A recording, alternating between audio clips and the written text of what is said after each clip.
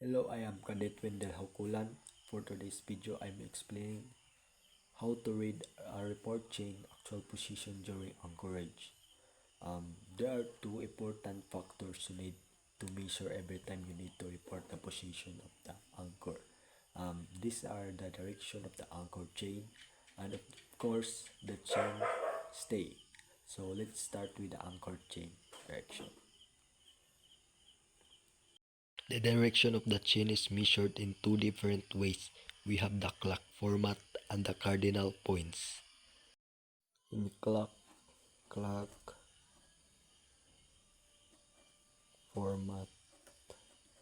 format, when you are reporting, you are going to use 12 o'clock, 6 o'clock, 9 o'clock, something like that. And the cardinal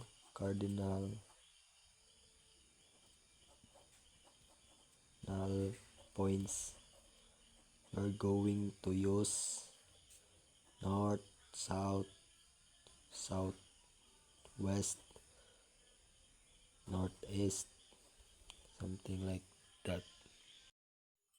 For now, I am going to explain clock format because this is the main use when we are doing anchoring chain. This is the 12 o'clock, 3 o'clock, 3 o'clock, and this is 9 o'clock, 6 o'clock, 6 o'clock, clock, and 10, 10, 11,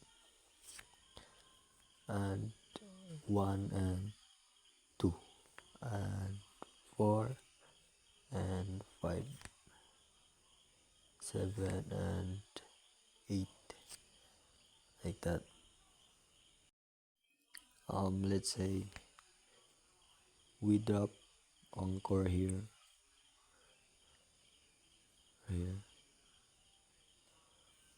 and that is 12 o'clock, and we are going to drop anchor here. That is 10 o'clock. When you are dropping here, that is 3 o'clock, and here is 6 o'clock. So now you will need to check the chain leading to determine a short or mid or long stay. There is a port option known as the up and down, which is reported when the anchor has not yet reached the CB band. It's just directed straight down without any tilting. Let's look each option one by one. So let's proceed to anchor chain stay. I will explain one by one. The first is up and down. It signifies that the ship is no longer pulling the anchor horizontally across the seabed. Instead, the holding force comes from the anchor's weight, the embedment.